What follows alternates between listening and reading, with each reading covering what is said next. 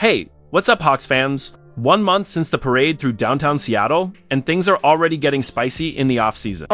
The front office is making moves, analysts are handing out report cards, and not everyone is happy about what they're seeing. Rashid Shaheed just locked in a bag that's got people talking for all the wrong reasons. Zach Charbonnet dropped a health update that every 12 straight up needed to hear. And the running back room, still a mess that nobody wants to fully admit. Check if you're already subscribed to the channel and stick around. Because what's happening at that RB spot right now is wilder than it looks. Seahawks just got handed a D+ for their first week of free agency, and the Shaheed deal is right at the center of it. Look, nobody said defending a championship was going to be easy, but this stings a little. The confetti from Super Bowl LX barely swept off the streets of Seattle, and already the national media is coming in hot. NBC sports analyst Kyle Dvorchak dropped his free agency grades this week, and the Seahawks, they walked away with a D+. Yeah, you heard that right. One of the lowest marks in the entire league, and for a team that just won it all, that's a cold bucket of water to the face. So what's driving that grade? One word: Shaheed. Seattle made wide receiver and return specialist Rashid Shaheed their marquee free agency signing, locking him in on a 3-year, $51 million deal with $34.7 million guaranteed. Now, look, nobody's questioning what Shaheed brought to this team during the run. The guy had a filthy kickoff return in the divisional round that had the whole stadium losing its mind. Late in the season, he was electric. But here's where it gets complicated. The offensive coordinator who brought Shaheed in from New Orleans, Clint Kubiak, is already gone. He packed up and headed to Las Vegas to run the Raiders' offense.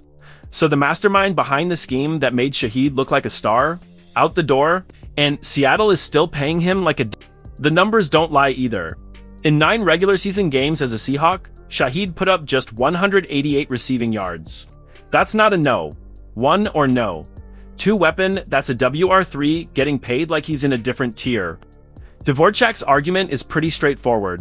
Seattle is betting big on a breakout that may have been more about the system than the player himself. And that's not even the most painful part of the story. The Seahawks also lost Super Bowl MVP Kenneth Walker III this week. Key W3, the engine of their entire offense all season long, signed with the Kansas City Chiefs on a 3-year, $45 million contract. So Seattle passed on locking up their championship running back and instead dropped a bigger commitment on a receiver who may not even fit the new offensive identity.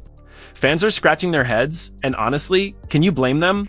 On top of that, pass rusher boy Mafe, a core piece of the defense that shut down Drake May in the Super Bowl, walked out too, signing a $60 million deal with the Cincinnati Bengals. That's real production, real disruption off the edge, gone just like that. Head coach Mike Macdonald wasn't having any of it when the media came knocking. His response was pure competitor energy. We know what Rashid brings to this locker room and the explosive nature of his game. Grades are for the offseason. Trophies are for the mantle. We're building this our way. Respect the confidence, coach, but the pressure is real. The Seahawks hold the 32nd pick in the 2026 NFL Draft in Pittsburgh. And with running back and edge rusher suddenly looking like critical needs, GM John Schneider's draft hand develop philosophy is going to be put to the test fast. If the new offensive staff can't unlock Shaheed the way Kubiak did, that $51 million contract might age like milk real quick.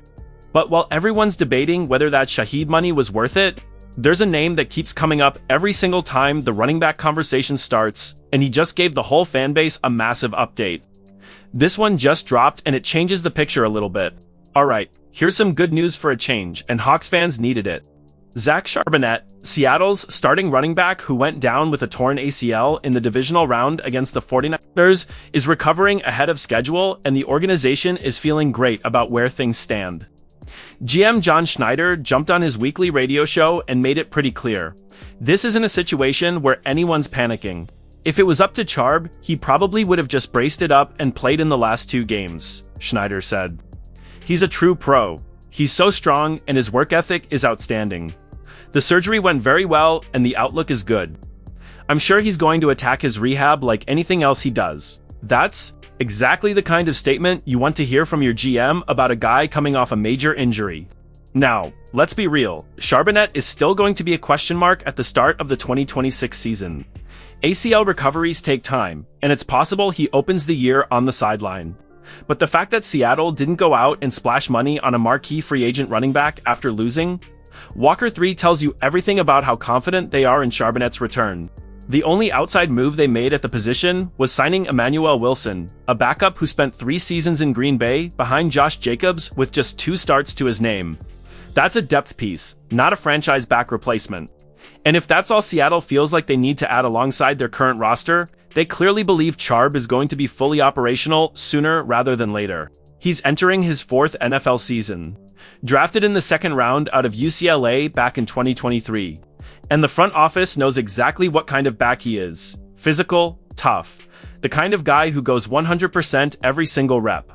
Schneider and company are betting that Charbonnet not only comes back, but comes back as the lead dog in their backfield. Whether that bet pays off is the biggest storyline of Seattle's entire offseason. Great news on the recovery front. No question about it. But here's the thing. Hopeful and ready to go week 1 are 2 very different things. And when you zoom out and look at the full running back room Seattle is rolling with right now, the picture gets a lot murkier. This next story breaks it all down. 1 week into free agency, and Seattle's biggest problem is still staring them right in the face. After Kenneth Walker III walked to Kansas City, the Seahawks needed to answer the bell at running back. And right now, that answer isn't there yet. Emmanuel Wilson is signed, sure, but that's a stopgap move, not a solution. Right now, Seattle's RB room looks like this. Zach Charbonnet, George Holani, Cam Akers, Velus Jones Jr., Kenny McIntosh, Jacardia Wright, and Wilson. 7 running backs on the roster, and not a single one that you can look at right now and say with full confidence, that's the guy. Charbonnet is the most qualified, no doubt. But he's fresh off ACL surgery and might not be ready when week 1 kicks off. Wilson had some solid moments in Green Bay as Josh Jacobs' understudy. McIntosh is also recovering from a torn ACL. Holani has flashed. But flashing and being a legitimate lead back in an NFL offense are 2 completely different things. Even Schneider himself went on the record saying, "We love the guys on our team right now, but we'll be continuing to look at that position." That's coach speak for. We're not done here. And it matters a lot because Seattle's offense last year ran through the ground game. The run game was the engine. Take that away, or water it down, and this team drops off a tear. Simple as that. The most likely path forward is the draft. Names like Notre Dame's Jadarian Price and Washington's Jonah Coleman are already being floated as guys who could step in and compete for carries immediately. But until someone claims that starting role, this is the biggest unresolved question hanging over the entire Seahawks roster heading into 2026. Straight up, you can't win a Super Bowl and then leave your most important offensive position this wide open. The run game built this championship, and right now it's held together with duct tape and optimism. Is that good enough to repeat?